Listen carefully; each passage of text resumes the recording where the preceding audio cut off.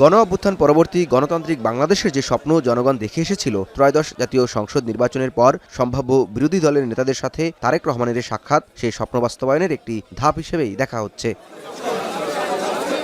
সরকার গঠনের দুদিন আগে রোববার সন্ধ্যায় বসুন্ধরার জামায়াত আমির ডাক্তার শফিকুর রহমানের বাসায় যান বিএনপি চেয়ারম্যান তারেক রহমান। প্রায় আধা ঘন্টার বেশি সময় কথা বলেন দুই নেতা।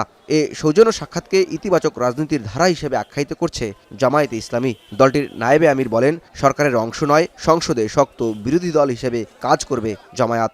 আমরা দুটি দল আলাদাভাবে নির্বাচন করেছি, কিন্তু আমাদের ভিতরে আমরা আশা করি একটা সৌহার্দ্যপূর্ণ পরিবেশের মাধ্যমেই আগামী সময়গুলোকে আমরা রাষ্ট্র পরিচালনায় সরকার এবং বিরোধী দল সমন্বিতভাবেই আমরা দেশের জন্য কল্যাণমূলক কাজ করতে পারব। জামাত ইসলামী এখানে একজন কনস্ট্রাকটিভ শক্তিশালী একটি বিরোধী দলের ভূমিকা পালন করবে।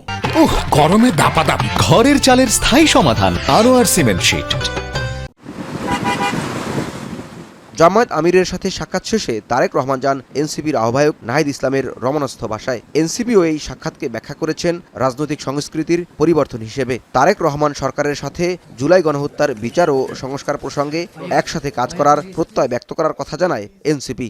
আমরা নিজেদের মধ্যে মতভিন্নতা সত্ত্বেও কিভাবে রাজনৈতিক মতভিন্নতার বাইরে গিয়েও একত্রে দেশের জন্য কাজ করতে পারি, সেই বিষয়গুলো নিয়ে আমরা কথা বলেছি।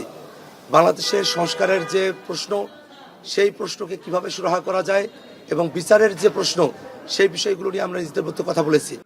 রাজনৈতিক মতপার্থক্য থাকলেও দেশের স্বার্থে রাজনৈতিক দলগুলো উদার থাকলে সত্যিকার গণতান্ত্রিক বাংলাদেশ নির্মাণ সম্ভব বলে মনে করছে দলগুলো। জওয়াদ মাহমুদ, এখন, ঢাকা।